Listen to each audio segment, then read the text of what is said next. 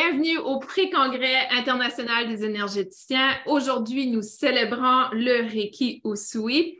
Et avec nous, nous avons la magnifique Angélique Raif. C'est un plaisir de t'avoir aujourd'hui avec nous. Je sais que tu as participé au premier Congrès international des énergéticiens. Tu as fait un beau partage par rapport aux préceptes du Reiki. Et c'est un grand plaisir aujourd'hui de participer à ta conférence qui est intitulée Le Reiki Usui, une source clé au service d'une nouvelle ère. Et Angélique, j'essaie de me souvenir comment on s'est rencontrés et je ne me souviens pas. Je crois que c'était au travers d'Instagram, peut-être?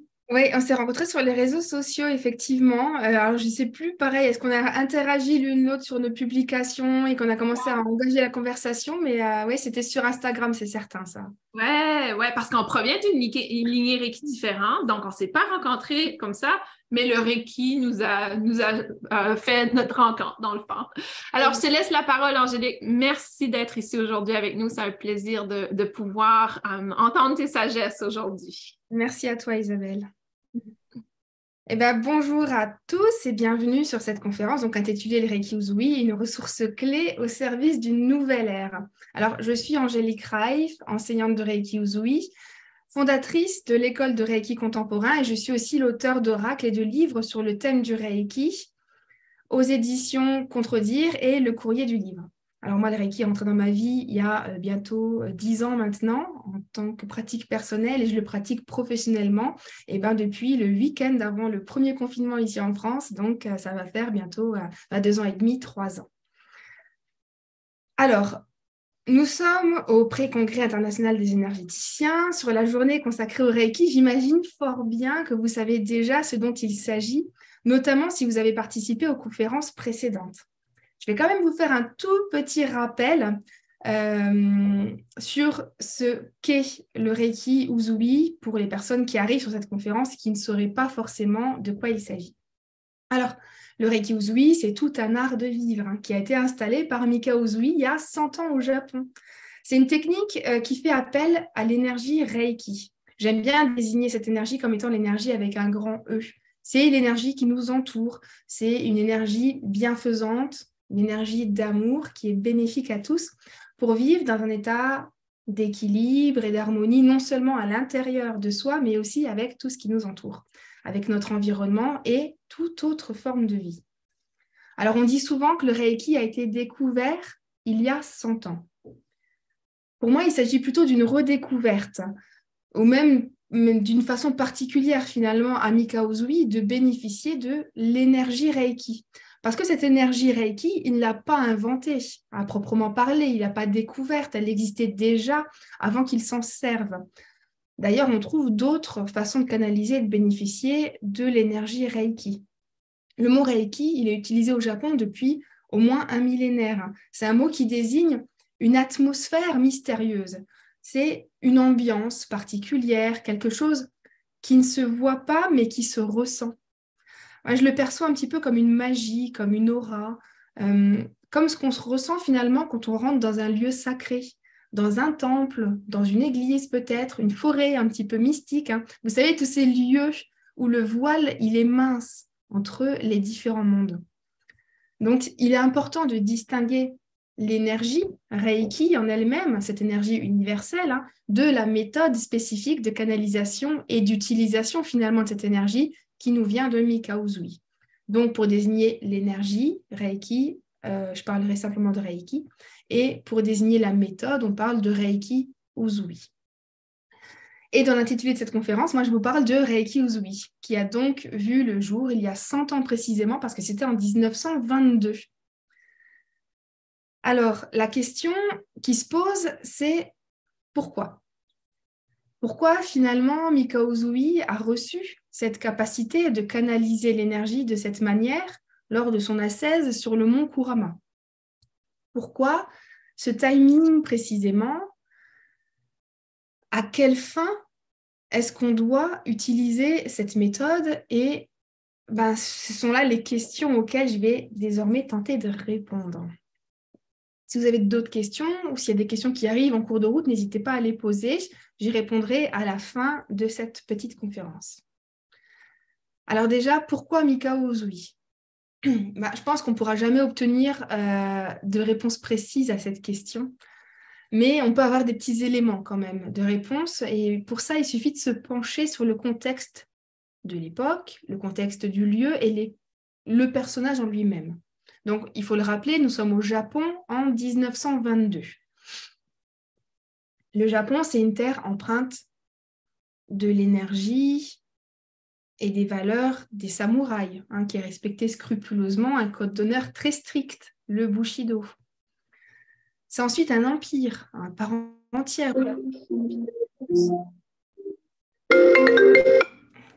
Désolée, je pensais l'avoir éteint. Hop, donc c'est donc un empire à part entière où la connaissance et la maîtrise de l'énergie, elle est importante. Le ki, il fait partie de l'aura du Japon, notamment grâce à ses liens très étroits avec la Chine. On a ensuite l'influence du bouddhisme, du shintoïsme, des religions qui, on le sait, étaient pratiquées par Mikao Usui. Alors, cet homme, il a vu le jour et il a évolué dans un empire en pleine réforme, en plein essor. L'empereur Meiji, qui a régné sur le Japon de 1867 à 1912, a instauré l'ère du gouvernement éclairé pour ouvrir le Japon sur le monde, pour le sortir de son isolement et le moderniser. On est donc dans une ère d'ouverture. Et Mikao Usui, d'ailleurs, était aussi un homme ouvert sur le monde, je dirais même sur les mondes, parce qu'il s'intéressait à la psychologie, aux religions, au taoïsme, aux arts divinatoires et à la magie. Il a aussi voyagé beaucoup à travers l'Europe, à travers l'Amérique et la Chine pour étudier. C'était un homme qui était en quête de quelque chose qu'il n'arrivait pas à trouver.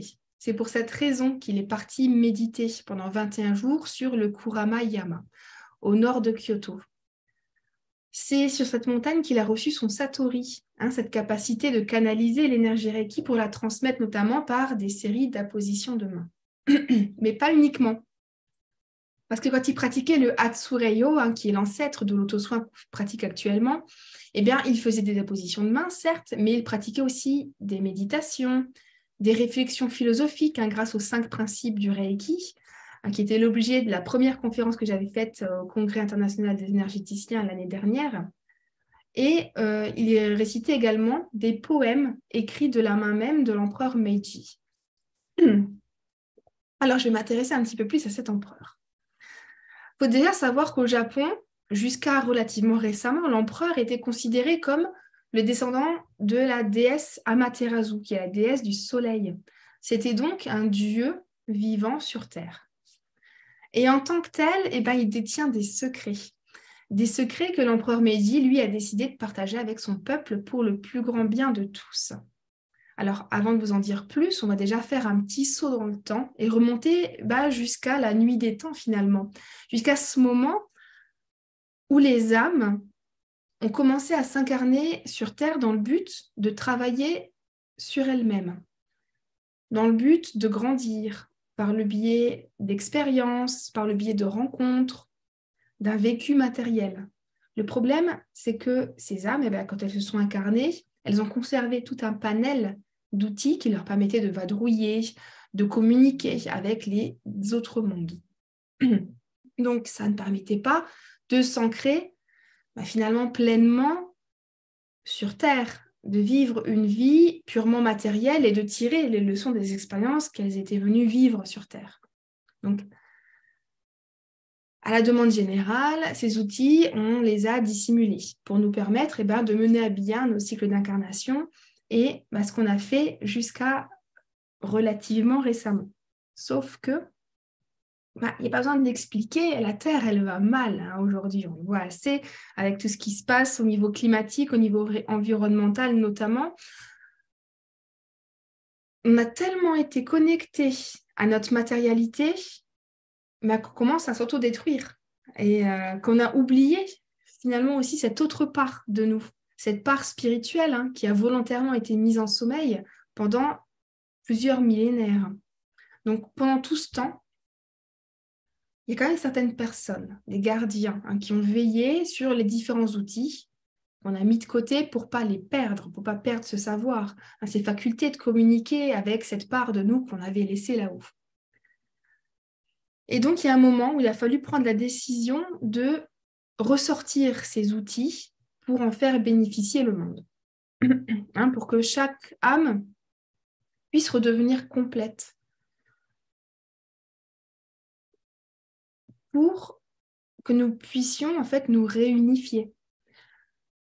On n'est pas que des enveloppes matérielles, nous sommes des âmes incarnées et notre vie, elle ne s'arrête pas à ce qu'on accomplit sur Terre.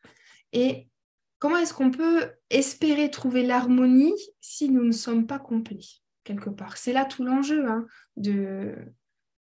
c'est de trouver l'harmonie en redevenant des êtres complets, à la fois matériels et ancrés, et spirituels et connectés. Donc, pour ça, on a besoin d'outils. L'empereur Meiji, il l'avait bien compris, il avait la connaissance des koto-tama, qui sont des sons sacrés, qui permettent de créer un pont entre nos deux mondes.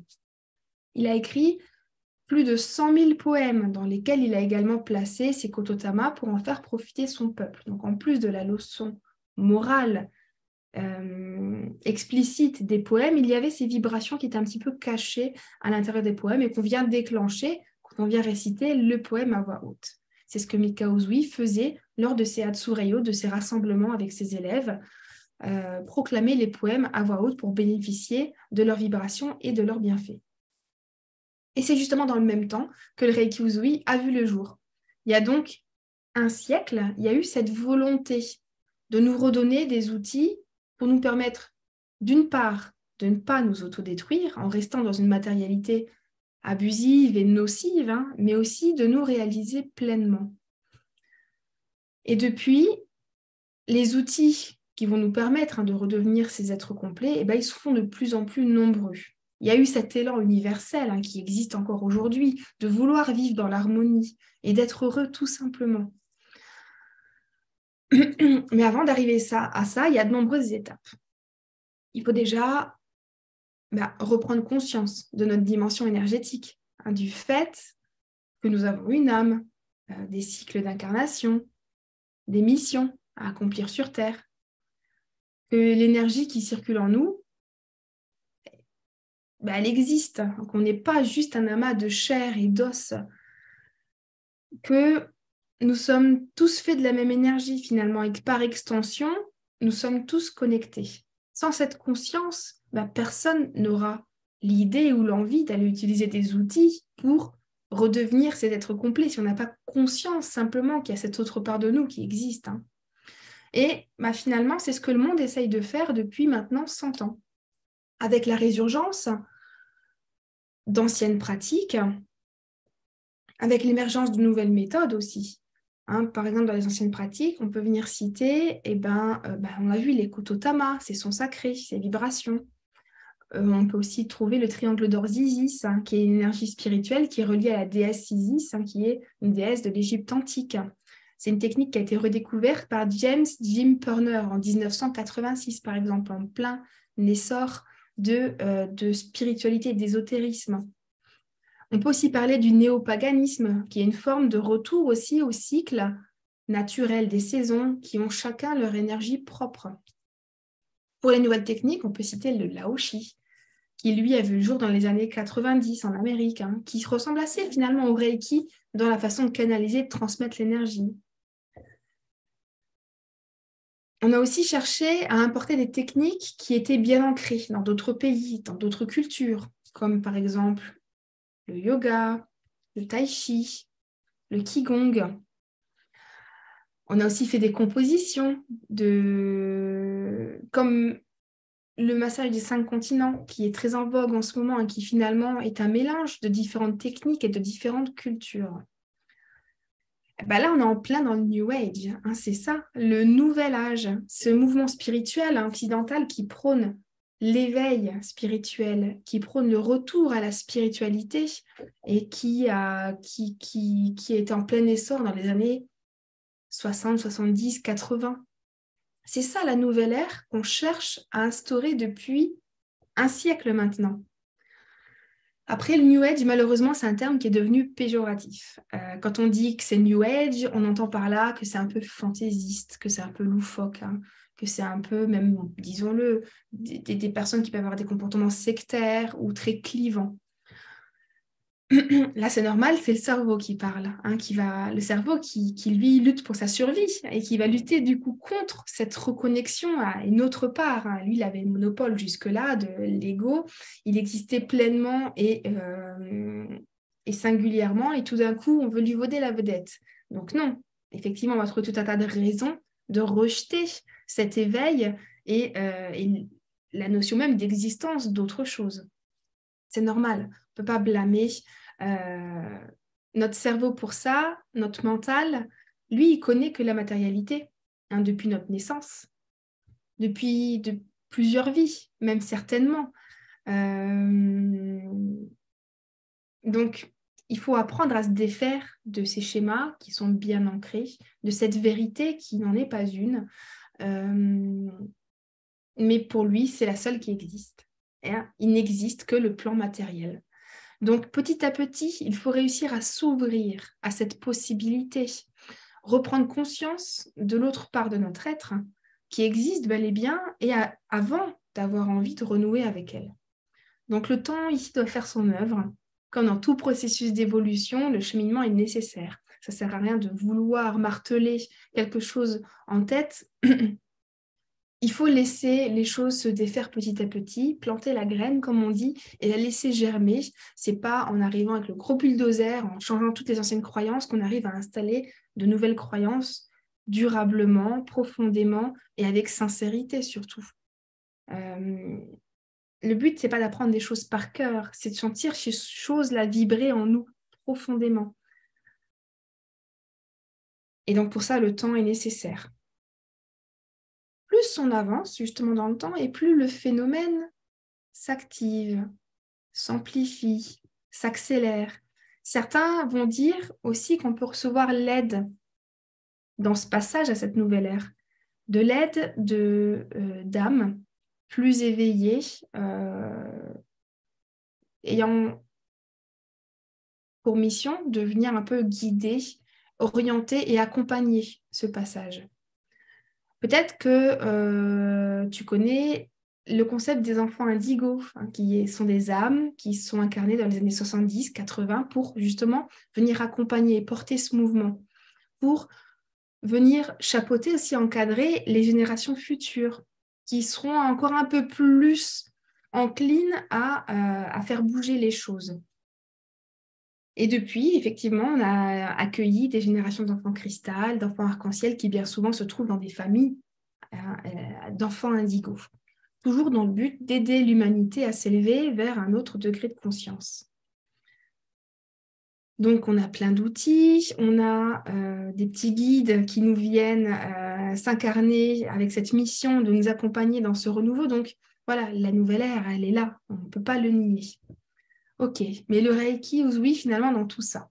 Je parle de Reiki Usui, je parle de beaucoup de choses, mais voilà, concrètement, qu'est-ce que le Reiki Usui vient faire dans cette réforme, finalement, de notre façon de vivre, hein, profonde?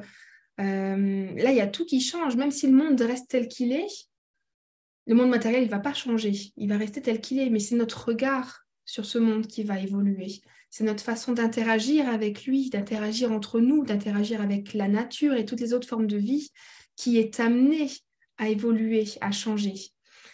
Et les mentalités changent, ça prend du temps, mais ça change. On l'a même vu dans le code pénal, pour prendre un exemple. Voilà, moi, je suis une ancienne gendarme et une ancienne greffière, donc j'ai toujours des petites références au code pénal, au code de procédure pénale. Et ben voilà, le fait de reconnaître que les animaux ne sont pas des biens matériels, ne sont plus des biens matériels, des biens comme un meuble. Avant, c'était ça le cas, un animal, c'était une armoire. Mais de reconnaître ces animaux comme des êtres doués de sensibilité et d'émotion, et de créer des infractions spécifiques par rapport au mal qui peut être fait aux animaux, eh ben, c'était une avancée importante dans le domaine judiciaire. Donc voilà, on avance à petits pas, mais on avance. L'important ici aussi, c'est chacun fasse sa part. Et ça, j'y reviendrai tout à l'heure. Donc, le Reiki Usui, j'en étais là, c'est un moyen qui est mis à notre disposition pour atteindre cette harmonie tant convoitée, pour réveiller l'énergie et la spiritualité qui sommeillent en chacun de nous, pour guérir aussi les blessures du passé et puis pour tirer les leçons de nos expériences, tirer les enseignements, pour faire circuler l'énergie harmonieusement en nous, en venant défaire les blocages énergétiques, en lissant les excès, en comblant les carences, et pour installer un mode de pensée, une philosophie de vie vertueuse. Le Reiki Usui va nous aider à reprendre conscience de notre interaction énergétique avec tout ce qui nous entoure, aussi bien matériellement que dans nos pensées, dans nos émotions, et va nous permettre de choisir ce qu'on alimente avec notre énergie, quelle graine on vient arroser, de prendre la responsabilité de l'énergie qu'on distribue autour de nous. On a un effet d'énergie et on va interagir. Et la façon dont on interagit avec les personnes va avoir une sorte de réaction en chaîne. Donc, où est-ce que je mets mon énergie ? Donc voilà, ça, c'est quelque chose d'important et quelque chose qu'on voit grâce à la philosophie du Reiki. On a tendance à penser que le Reiki, c'est qu'une technique de soin énergétique par opposition des mains, c'est vrai, mais ce n'est vraiment pas que ça. Le Reiki, c'est avant tout une philosophie de vie grâce aux 5 principes. Donc, je vais les réénumérer, les 5 principes que j'avais abordés lors de la précédente conférence. Juste pour aujourd'hui, je ne me fais pas de soucis. Juste pour aujourd'hui, je ne me mets pas en colère. Juste pour aujourd'hui, j'exprime de la gratitude. Juste pour aujourd'hui, je vis ma vie honnêtement. Et juste pour aujourd'hui, je suis bon, je suis bonne envers chaque être vivant. Donc voilà, les 5 principes, ils offrent une façon de vivre, une façon de voir le quotidien et le monde qui nous entoure avec un nouveau regard. Il nous permet de prendre conscience de nos interactions dans ce monde et de prendre notre responsabilité. J'ai fait un petit oracle sur les 5 principes du Reiki qui est sorti aux éditions Contredire pour nous aider justement à vivre ces 5 principes au quotidien. Parce que voilà, aujourd'hui, ne te mets pas en colère, ça me paraît simple. Mais comment est-ce qu'on fait pour ne pas se mettre en colère? Comment est-ce qu'on fait pour vivre notre vie honnêtement? Donc cet oracle, il est là pour nous orienter, pour tirer un petit message chaque jour, pour pouvoir appliquer finalement dans notre vie, avec des exemples concrets, avec des pensées concrètes, les 5 principes du Reiki. Le Reiki, c'est aussi des méditations, c'est aussi des techniques de respiration et des appositions de main. Pour moi, les soins, les appositions de main qu'on va venir faire, seules, elles ne sauraient pas offrir un changement durable et profond. Pour moi, faire un soin à quelqu'un, c'est comme venir mettre un pansement. Un pansement qu'on vient poser sur une blessure qui peut-être va se fermer, mais qui laissera toujours une cicatrice. Les soins sont toujours bénéfiques, mais si on ne travaille pas à la source, si on ne va pas en profondeur à la source même de ce mal-être, la blessure, elle restera ouverte ou elle laissera une cicatrice. C'est pour ça que le Reiki, c'est une technique complète. Et grâce à tout le panel d'outils et de techniques et de pensées, mais aussi les symboles, les vibrations avec les Kotodama, cette fois-ci qu'on va utiliser, vont permettre un travail profond et surtout complet.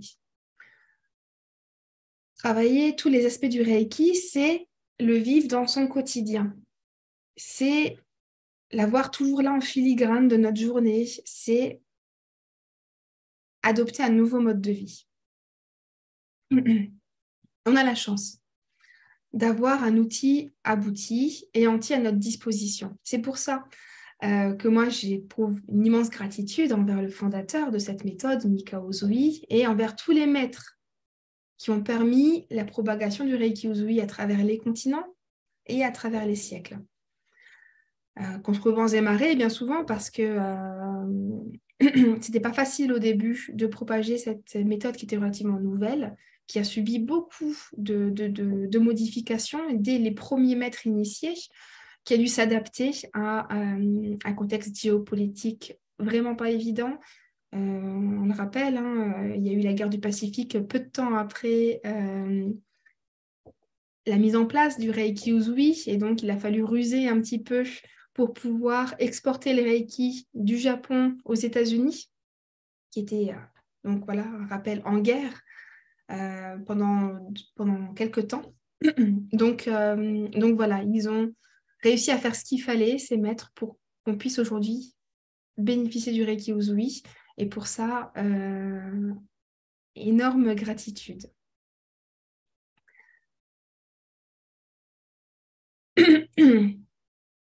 Moi aussi, je suis l'un de ces maîtres finalement, Reiki, Usui, et j'œuvre à mon niveau pour propager cette méthode et ses bienfaits aux personnes qui sont en quête de cette fameuse harmonie tant convoitée. D'abord par le biais de mes oracles, par le biais de mes livres. Pour l'instant, les livres sont dans les tuyaux, ils ne sont pas encore sortis, mais mon premier livre arrive le 5 janvier sur la philosophie du Reiki, justement. Pour l'instant, j'ai des oracles qui sont des outils que j'aime mettre à disposition de mes élèves, à disposition de tous les praticiens de Reiki et finalement de toutes les personnes qui sont désireuses d'un mieux-être dans leur vie, qui sont désireuses de découvrir cette énergie et ces outils pour s'épanouir tout simplement, pour trouver le bonheur, pour réveiller cette énergie qui sommeille en eux et pour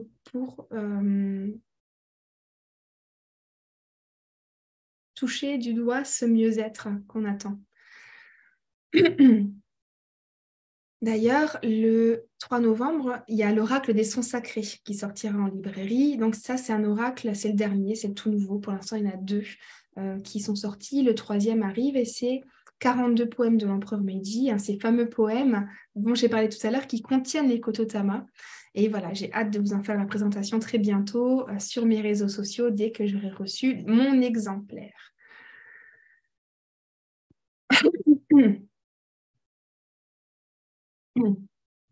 Moi, j'ai également fondé l'école de Reiki contemporain pour former toutes les personnes qui le souhaitent au Reiki Usui. C'était mon souhait de leur offrir un enseignement des plus complets, un accompagnement tout le long de leur parcours de formation aussi. Mon leitmotiv, la ligne vraiment de mon école, c'est la liberté. C'est quelque chose, un concept important pour moi. C'est là que réside la modernité de mon école. C'est l'enseignement se passe en e-learning pour que les personnes puissent apprendre à leur rythme, quand elles le souhaitent, en fonction de leurs contraintes, de leurs obligations, mais aussi de leurs envies. À mon regard sur les techniques aussi, il permet de les utiliser pour qu'on puisse en bénéficier aujourd'hui, pour qu'ils répondent à nos besoins de femmes et d'hommes occidentaux du 21e siècle. On n'a pas les mêmes besoins, on n'a pas les mêmes problèmes et les mêmes envies qu'un Japonais au siècle dernier, et c'est normal. Donc, voilà. Moi, je sais que quand on me dit, écoute Angélique, il faut aller à la salle de sport tel jour à telle heure, j'y vais pas parce que c'est des contraintes, parce que j'aime respecter mon rythme, respecter mes envies sur le moment, me connecter à mon cœur et pas ma tête qui voudrait toujours décider pour moi de quel est le meilleur moment pour faire du sport, quel est le meilleur moment pour apprendre le Reiki. Donc, c'est pour ça que j'offre cette possibilité à ceux qui le souhaitent de suivre les cours quand ils le souhaitent, d'intégrer tranquillement les enseignements et non pas de faire un cours condensé sur un week-end où on oublie la moitié de ce qu'on a entendu et où le reste est un petit peu confus. Donc voilà, de le suivre à son rythme, de pouvoir revisionner à volonté les vidéos, d'avoir le soutien du journal d'exercice et de ressenti qui est à disposition, toutes les fiches de cours, voilà. Donc ça, c'est vraiment l'enseignement que j'aurais voulu trouver et c'est un peu comme ça que je construis un peu toutes mes offres en fait, toutes mes formations, tout ce qu'il y a sur ma boutique. Je mets à disposition des personnes ce que j'aurais voulu trouver. Quand j'ai commencé le Reiki, encore aujourd'hui, voilà, en fait, je m'adresse à, comme je l'ai dit récemment, à la Angélique, un petit peu qui est en chacun de nous, à cette personne qui a envie d'accompagnement, de soutien, de support et d'une vision moderne du Reiki. Donc, c'est certain que mon école ne parlera pas à tout le monde. C'est certain qu'il y a des personnes qui préféreront le présentiel, des personnes qui préféreront le contact, etc. ma vision ne peut pas être celle de tout le monde. Et voilà, et c'est pareil dans le Reiki, c'est pareil partout.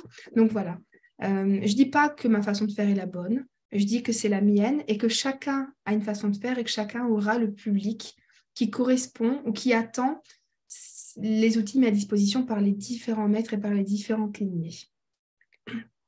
Donc voilà, un petit message de tolérance, si je puis dire, ou d'accueil ou de partage.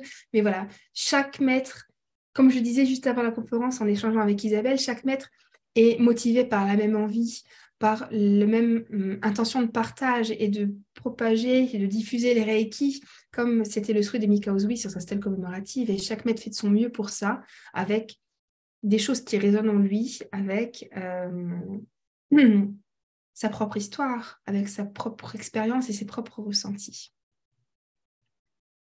Donc aujourd'hui, nous sommes à un virage clé de notre évolution. Les mentalités changent, les personnes se détournent de la matérialité pour se réaliser pleinement.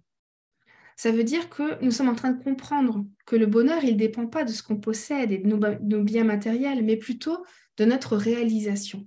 Alors voilà, ça c'est un mot aussi qui est à la mode. Bah oui, on parle beaucoup, il y a beaucoup de personnes qui décrient en ce moment les mouvements un petit peu ésotériques en disant que c'est à la mode. C'est pas que c'est une mode, c'est que c'est un besoin. C'est que les gens ont besoin de se connecter, de se reconnecter et d'avoir des outils pour les y aider. On ne peut pas apprendre le japonais si on n'est pas aidé dans cette démarche, si on n'a pas des supports, si on n'a pas des personnes qui viennent nous aider à nous accompagner dans cette démarche de façon plus ou moins ludique, plus ou moins sérieuse. C'est ce que j'expliquais avant, il faut des outils pour parler à tout le monde. Moi, j'aime apprendre de façon très studieuse, très posée, avec des moyens mémotechniques. Il y en a qui vont apprendre avec des jeux, avec des chansons. Voilà, il faut que chacun puisse apprendre de la façon dont il est le plus réceptif, la façon dans laquelle il s'épanouit, la façon qui lui parle le plus. Et donc, se réaliser, ça veut dire qu'on est qui nous sommes de façon pleine et entière dans tous les plans de notre être. Hein, le corps physique, c'est que la première des 7 couches qui composent notre aura. Donc, il y a de quoi travailler, ça c'est certain. Et voilà. Tu sais, si tu es derrière ton écran maintenant, à regarder cette conférence en direct ou en replay ou quoi que ce soit, il n'y a pas de hasard. Et si tu es sur Terre en ce moment même, hein, où l'humanité prend une nouvelle tournure, où notre rapport à la nature, aux autres formes de vie, à nous-mêmes change, bah c'est que d'une manière ou d'une autre, tu as un rôle à jouer. Tu as ta part à faire dans le théâtre qui est en train de se jouer en ce moment sur Terre. Je vais reprendre un petit peu l'histoire de Pierre Rabhi, hein, qui nous a quittés récemment, qui a lancé le mouvement Colibri. Donc, je ne sais pas si tu connais cette histoire du colibri. Je vais faire un résumé. C'est une forêt qui est en train de brûler et tous les animaux sont apeurés, s'enfuient et s'échappent pour ne pas brûler dans la forêt. Et il y a un petit colibri qui s'affaire à chercher des petites gouttes d'eau et à venir les jeter sur le feu. À un moment donné, les animaux le regardent et lui disent « Mais qu'est-ce que tu fais? T'es fou. Ce que tu fais, ça ne sert à rien. » Et le colibri dit « Peut-être, mais moi, je fais ma part. » Sous-entendu que si tout le monde faisait sa part, si chaque animal allait prendre un peu d'eau pour la jeter sur le feu, le feu serait éteint. Donc, si tu es là, c'est que toi aussi, tu as ta part à faire dans ce monde. Tout comme quand on va venir trier les déchets, hein, on dit oui, ça ne sert à rien de trier, c'est pas grave si je trie pas ma poubelle, ça ne va pas changer la face du monde. Mais si tout le monde dit ça, et si tout le monde jette son mégot dans la rue, si ça change la face du monde, ne pars pas du principe que les autres vont faire à ta place. Fais ta part et le reste suivra. C'est Mahatma Gandhi aussi qui a dit « Sois le changement que tu veux voir dans le monde. N'attends pas que les autres changent ou que le monde change pour changer. Change-toi toi-même et le monde autour de toi changera à plus grande échelle. » Donc, si tu veux pleinement devenir actrice ou acteur de ce changement, de ce nouveau monde qui s'ouvre, eh bien, implique-toi. Ouvre ta conscience, ouvre ton regard. Et pour ça, le Reiki est une ressource, le Reiki Uzui est une ressource extraordinaire, tu peux me croire. Quand je l'ai rencontré il y a bientôt 10 ans maintenant, moi, j'étais l'opposé de la personne que je suis aujourd'hui sur bien des plans. Et je suis heureuse aujourd'hui de pouvoir transmettre ça d'abord à ma fille, parce que c'est depuis qu'elle est née finalement que j'ai eu l'élan et la volonté de consacrer ma carrière à la diffusion du Reiki Usui. Je le répète, j'étais greffière auparavant. Alors voilà, peut-être que je suis un enfant indigo qui a donné naissance à un enfant arc-en-ciel et que finalement elle m'a voilà, c'est certain, c'est certainement le cas, mais en tout cas c'est elle qui m'a donné l'élan de partager le Reiki et je suis heureuse de pouvoir le partager avec elle, avec maintenant les 230 élèves qui m'ont fait confiance depuis le lancement pour apprendre le Reiki Usu avec moi et avec toutes les personnes qui bénéficient de mon accompagnement par le biais de mes oracles, des livres qui vont sortir prochainement et par le biais des publications aussi que je fais sur les réseaux sociaux qui sont accessibles à tous.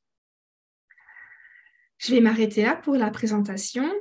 En tout cas, je vous remercie tous derrière vos écrans d'avoir suivi cette conférence et j'espère vous avoir donné envie d'en découvrir un peu plus sur le Reiki Usui, peut-être d'approfondir aussi vos connaissances. J'ai sur une trentaine d'élèves actuellement dans l'école, il y en a 25 qui sont déjà initiés et qui ont choisi de s'inscrire pour approfondir leurs connaissances, pour renouer, pour gagner en légitimité. Pour découvrir de nouvelles techniques, pour approfondir leurs acquis. En tout cas, si c'est le cas, si tu as envie d'en savoir plus sur le Reiki, moi, je t'invite à me suivre sur les réseaux sociaux ou à visiter mon site internet. Tu trouveras des informations sur mon école de Reiki contemporain, sur mes publications. Les liens, ils sont juste en dessous de la vidéo, dans la description. Et maintenant, si vous le voulez bien, on a un petit temps pour échanger, où je vais venir répondre à vos questions. Donc, n'hésitez pas à me poser vos questions et Isabelle, que revoilà, va m'aider. Voilà.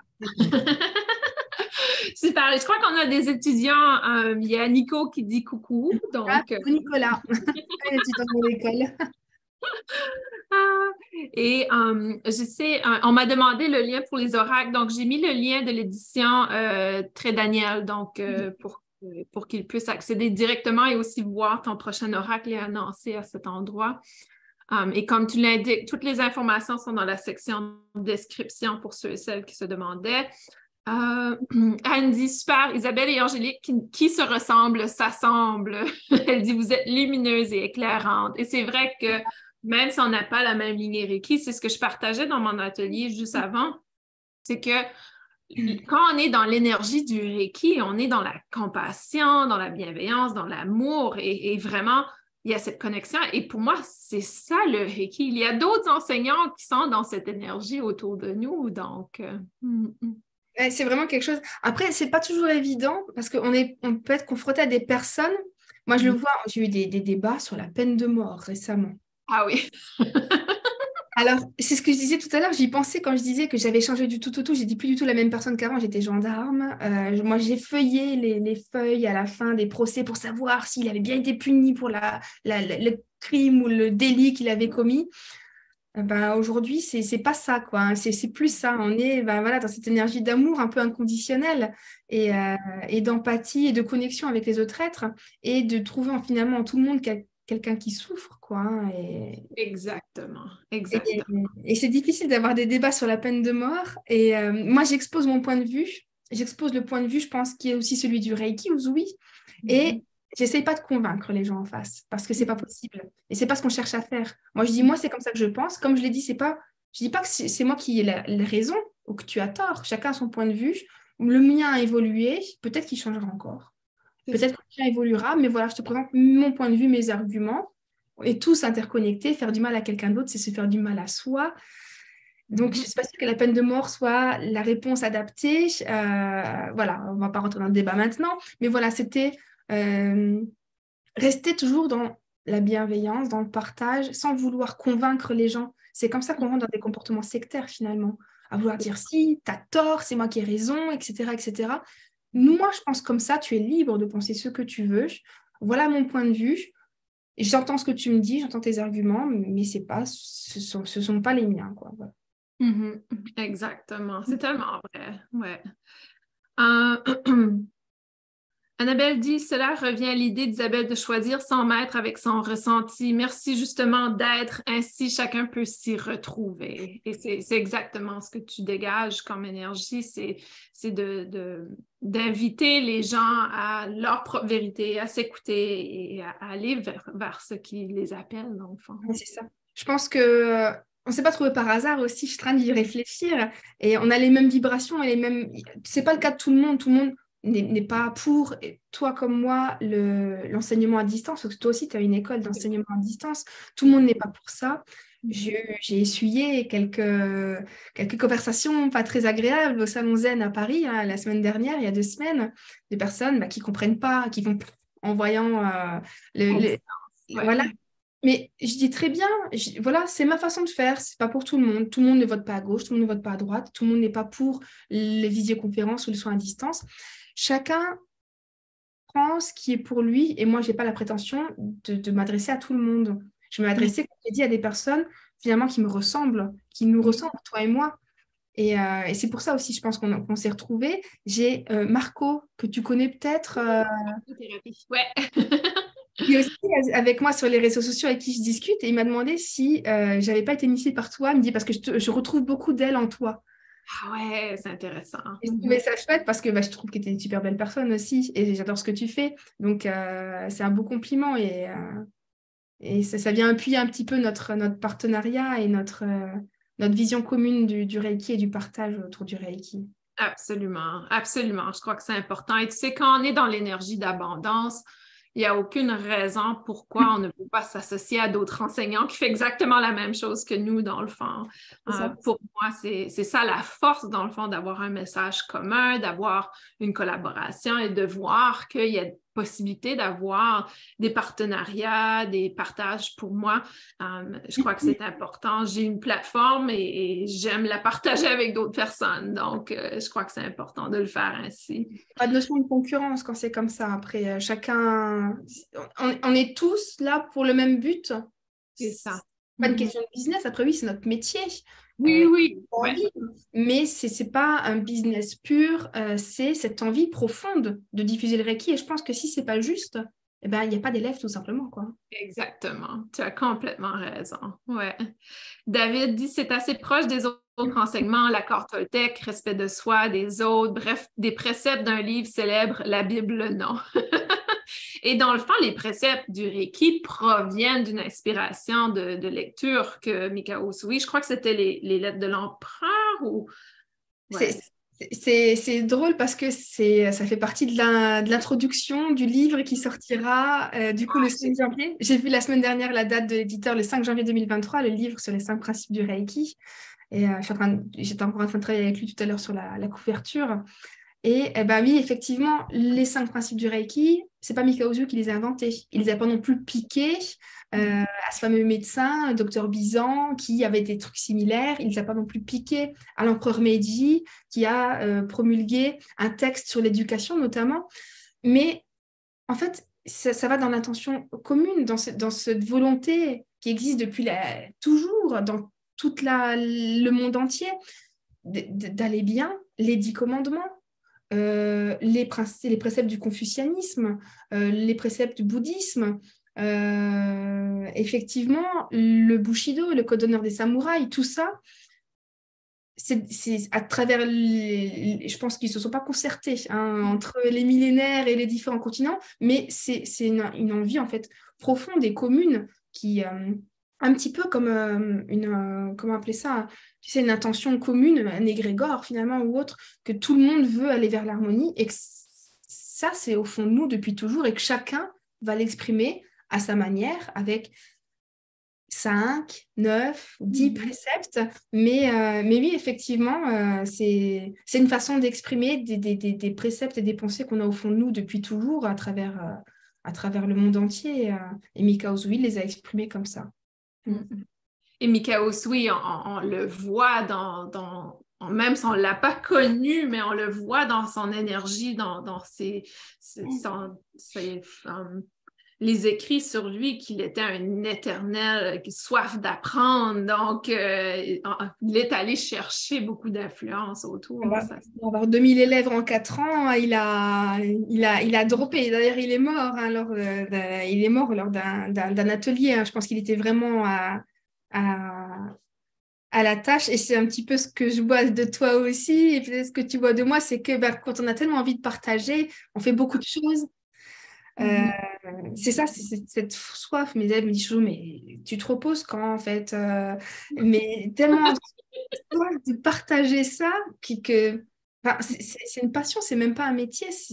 Moi, il n'y a pas un moment où le Reiki n'est pas dans ma vie, que ce soit personnellement ou professionnellement. Je lis un bouquin, j'ai ma bibliothèque à côté de moi, mais je ne peux pas lire un livre comme tout le monde. J'ai des notes à côté, je vais venir noter, je vais avoir des idées, je vais dire, tiens, je vais faire une publication pour partager cette réflexion-là avec mes élèves. Toujours dans ce but de partage. On est motivé par le partage, la bienveillance et l'amour. Et ma vie, elle tourne autour de ça. Ça, c'est sûr et certain. Je ne pourrais plus jamais vivre autrement. Mais le Reiki fait partie de ma vie et donc, je n'ai pas l'impression de travailler en fait tout le temps. Mais après, ce qu'il y a, le travail, c'est de sortir ces idées-là et les mettre sur le papier. C'est surtout de la rédaction, les coucher sur le papier, créer cette plateforme, etc. Il y a un petit peu de manutention derrière, mais c'est tellement fait dans le plaisir qu'il n'y a pas de... C'est pas une corvée, quoi. Loin de là, loin de là. Non. Quand le travail devient, dans le fond, une passion, ce n'est plus d'aller au travail. Ouais, c'est tellement vrai. Annabelle dit, j'ai commencé à suivre Angélique sur TikTok, j'ai continué avec Isabelle en e-learning et aujourd'hui, je vous suis toutes les deux, pas de hasard, vous êtes connectées à tirer la preuve.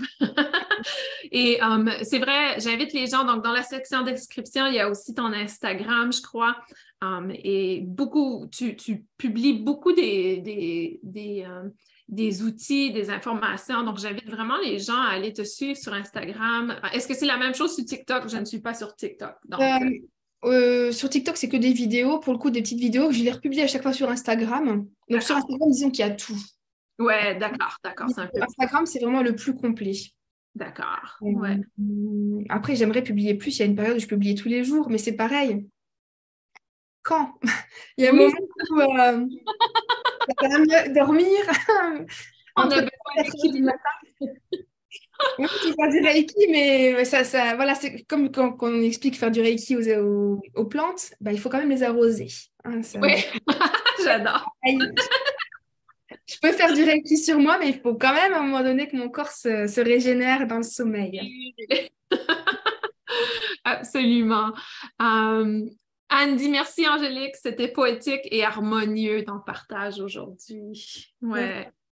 Et j'essaie de voir, je crois que j'ai manqué quelques questions. En tout cas, pour revenir sur les oracles, ils sont disponibles partout en librairie, normalement. Après, je ne sais pas comment ça se passe au Québec. Je ne sais pas si vous avez mes oracles là. Ça m'intéresserait si quelqu'un regarde du Québec, si vous trouvez en librairie, me dire si vous les trouvez.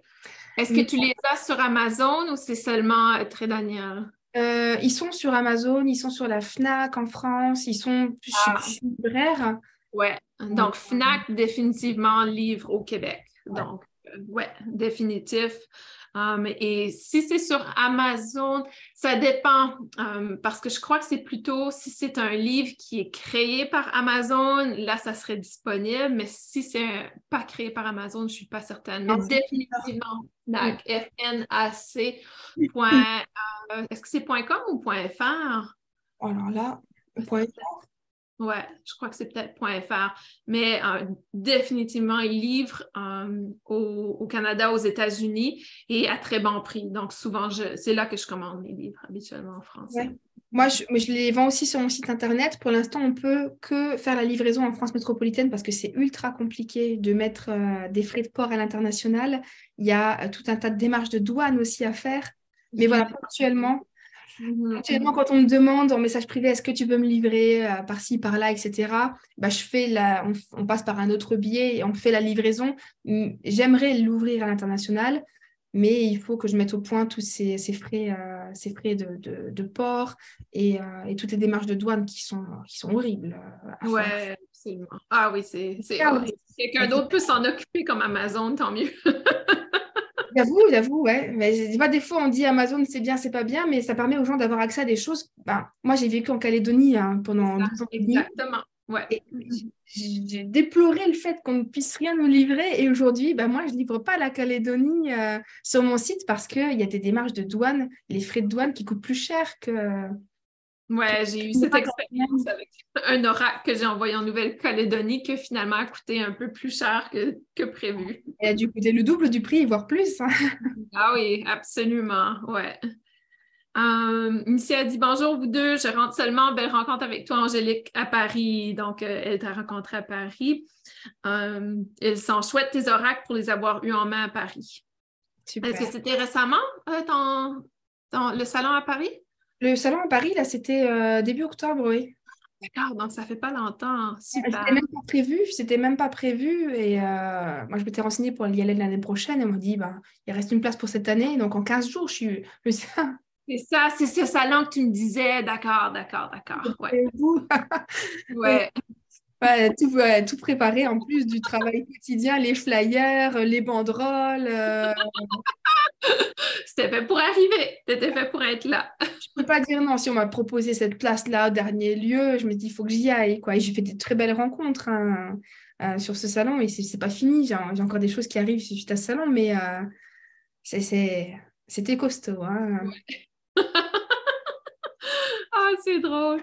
Donc, je crois que ça termine les questions. Est-ce que tu as un dernier message pour nos participants? Que dire? Que dire? Ben, moi, le Reiki, il a vraiment changé ma vie et c'est pas quelque chose, voilà, c'est pas un truc commercial que je dis là. Euh, Profondément, quand je l'ai rencontré il y a 9 ans, j'étais dans une passe, il a fallu un temps d'infusion important avant que je puisse vraiment le vivre au quotidien, que je puisse l'accepter aussi. Parce que comme dit au début, moi j'avais 25 ans, je sortais de la gendarmerie, mon mental était bien costaud et tout comme quand j'ai lu les 4 accords Toltec, il y a une part de nous qui veut Ouais. et il y a une part de nous qui refuse et qui rejette. Donc il faut vraiment ne pas abandonner, que ce soit avec le Reiki ou tout autre outil de démarche de développement personnel, il faut tenir bon et il faut laisser le temps faire son œuvre. Euh, Comme moi je dis à mes élèves, quand je les initie, je vous donne un violon et un archet, maintenant il faut apprendre à en jouer. C'est pas moi qui peux venir chez vous vous apprendre à jouer le violon. Je vous ai donné les outils, vous avez toutes les partitions, il faut vous entraîner, il faut pratiquer. C'est Quand ça. on sort d'une initiation, on est un initié, on n'est pas praticien. C'est avec le temps, avec les années qu'on va devenir praticien et il va y avoir des moments de doute. Il va y avoir des moments plus difficiles. Il va y avoir des moments où on aura envie de lâcher. Lâcher, c'est pas grave, mais ça reviendra, ça c'est certain, parce que ça s'infuse à l'intérieur de nous et il va y avoir des synchronicités, il va y avoir des rencontres qui vont vous remettre sur le chemin du Reiki. Moi, le Reiki n'a jamais vraiment quitté ma vie, mais il y a eu cette rencontre avec ma fille, finalement, qui m'a ouvert le Reiki d'une façon totalement différente. Pour vous raconter un petit peu rapidement, c'est... Donc, ma fille est née et moi, je rentrais du tribunal, j'étais à la cour d'assises, la chambre de l'instruction, donc voilà, les crimes, les trucs importants. Et j'ai fini après mon service, après ma mutation de Nouvelle-Calédonie, dans un service de saisie sur salaire. Donc, je saisissais le salaire des gens qui ne payaient pas leurs factures. Passionnant. Bon, pas des gens pour le faire. Mais du coup, je me suis dit, voilà, tranquille, je finis ma carrière ici, j'ai ma maison, j'ai ma fille, j'ai mon travail, je vais finir ma carrière ici. J'avais 32 ans. Donc là, c'était là-haut hein, qui voulait tranquille s'installer. Et ma fille est née, là, tout, il s'est passé 6 mois, je me suis dit, mais mince, comment est-ce que je vais l'éduquer, cette petite? Qu'est-ce que je vais lui dire? Qu'est-ce que je vais lui transmettre? Est-ce que je dois lui dire de trouver un boulot plan-plan et de travailler pour payer ses factures? Ou est-ce que je dois lui dire de faire ce qu'elle a envie de faire, de vibrer profondément et de se connecter à son cœur? Et j'ai dit, comment est-ce que je peux lui dire ça en rentrant du tribunal tous les soirs, en n'ayant plus cette flamme au fond de moi que j'avais à mes débuts. Hein. Et je me suis dit, OK, c'est plus ça. Je ne dois plus rester au tribunal. Mais alors, où est-ce que je dois aller? Mhm. Et là, je suis tombée sur un bouquin le jour même, je crois, au Cultura. Ah, c'est mon magasin préféré, ça je le dis à chaque fois. Ah, le Cultura, c'est la magie. Et ce livre, il s'appelle Un jour, Aliénor m'a dit. Et Aliénor, c'est le prénom de ma fille. Donc je me suis dit, Ah. tiens, qu'est-ce qu'elle a à me dire, cette petite? Mhm. Donc j'ai lu le livre le soir, d'une traite, je l'ai fermé, et je me rappelle avoir dit à mon mari, cucul la praline. Nul, c'était pas du tout la réponse que j'attendais. Il n'y avait pas de réponse. Je me sentais devant un échec. Je me suis Mhm. couchée, c'est passé plein de choses dans mon sommeil. Et le lendemain, au réveil, bah, je devais faire ouvrir mon entreprise de Reiki. J'ai Mhm. démissionné le matin. Un mois après, j'étais partie. Et 3 jours après, je crée mon entreprise. C'est une évidence. C'était le Reiki, tu vois. Et tu m'aurais dit ça la semaine, ou même, j'ai envie de dire la veille, j'aurais tellement ri. Tu vas quitter ton job pour faire du Reiki. Non, mais la veille, moi, je me disais, je vais rester au tribunal, tout va bien se passer, quoi. Mais voilà, il y a des déclics dans la vie qu'il faut savoir saisir. Et à aucun moment, j'ai eu peur. Parce Mhm. que j'ai fait confiance. Parce qu'il y avait déjà cette philosophie du Reiki, finalement, qui avait infusé en moi pendant 6 7 ans, avec les principes Reiki que j'appliquais tant bien que mal, avec les outils qu'on avait à notre disposition à l'époque, c'est-à-dire relativement peu, hein, même il y a quelques années. Tu dois le savoir, Isabelle, hein, je ne sais pas comment ça se passe au Québec, mais Un manuel de 3 pages. on n'a rien, ouais, on a des petits manuels, il n'y a pas d'outils. Les oracles, j'en ai 30 dans mon bibliothèque, j'en ai pas un sur le Reiki. Je me suis dit, mince, il manque des choses. Il nous faut des outils qu'on puisse pratiquer de façon plus ludique dans notre quotidien et pas juste en faire un soin de 45 minutes. C'est toute la journée des par petites touches. C'est comme ça que je suis venue à créer tous ces outils et dans la boutique notamment et les oracles et tout ce qui va avec. Mais et voilà, et du coup, j'ai perdu le fil de ma pensée. Mais et voilà, c'est comme ça que j'en suis venue à changer de métier pour partager et vivre pleinement le Reiki dans ma vie. Tout Mhm. d'abord, personnel, et la diffuser autour de moi, c'était une évidence. Il y a eu voilà, ces déclics, il ne faut pas avoir peur. C'est ça que je disais. J'ai pas eu peur, j'ai eu confiance. Je me suis dit, ça se passe tellement facilement, avec tellement de fluidité. Et depuis, c'est comme si on me déroulait le tapis rouge partout où je vais. Tu vois, c'est ça la vie en fait. Quand tu es sur la bonne voie, tu le sais. Parce que Mhm. toutes les portes s'ouvrent. Et on n'est pas là à lutter en permanence.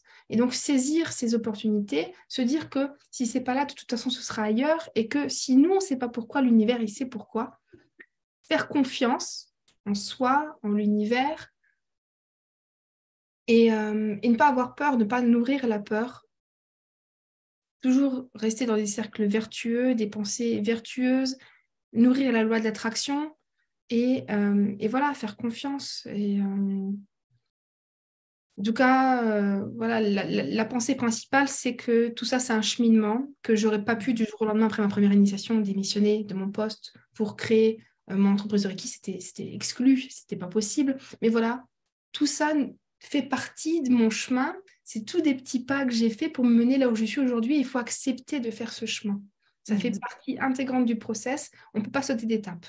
Même si la tête voudrait, elle va faire marche arrière et il y a plein de peurs qui arrivent, etc. Donc, accepter que ça prend du temps et qu'une partition, ça ne se joue pas du jour au lendemain et qu'on ne va pas jouer des concerts. Moi, j'ai essayé de faire du violon, hein, je vais dire essayer parce que ça fait des années que j'essaye de faire du violon et ça ne se fait pas comme ça, quoi. Et le Reiki, pourquoi ça changerait? Pourquoi ça ferait exception à la règle?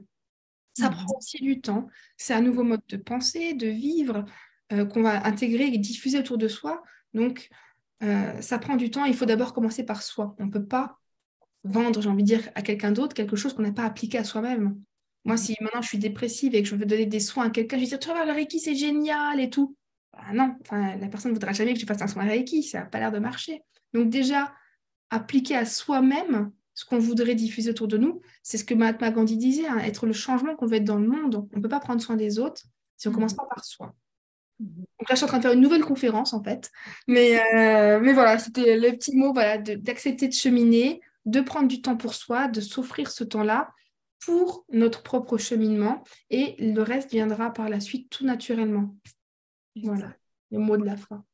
Ouais, je crois que la confiance, lâcher prise, comme Anne dit, est très, très important. Ouais. Merci Angélique, c'est un bonheur de t'avoir aujourd'hui comme conférencière pour le prix Congrès et merci pour ton partage. Toutes les informations sont dans le descriptif également pour connecter avec toi. Et merci à tout le monde pour votre participation. C'est un plaisir de partager avec vous. Dans 30 minutes, nous aurons notre séance de soins collectifs que je vais vous guider au travers. Donc, je vous invite à vous joindre à moi dans 30 minutes. Lorsqu'on va terminer cette diffusion, vous aurez accès au prochain lien pour la séance de groupe. Et tout le monde te dit des gros merci, Angélique. Merci à toi, Isabelle, aussi pour ta confiance, toujours. Avec plaisir. À très vite, tout le monde.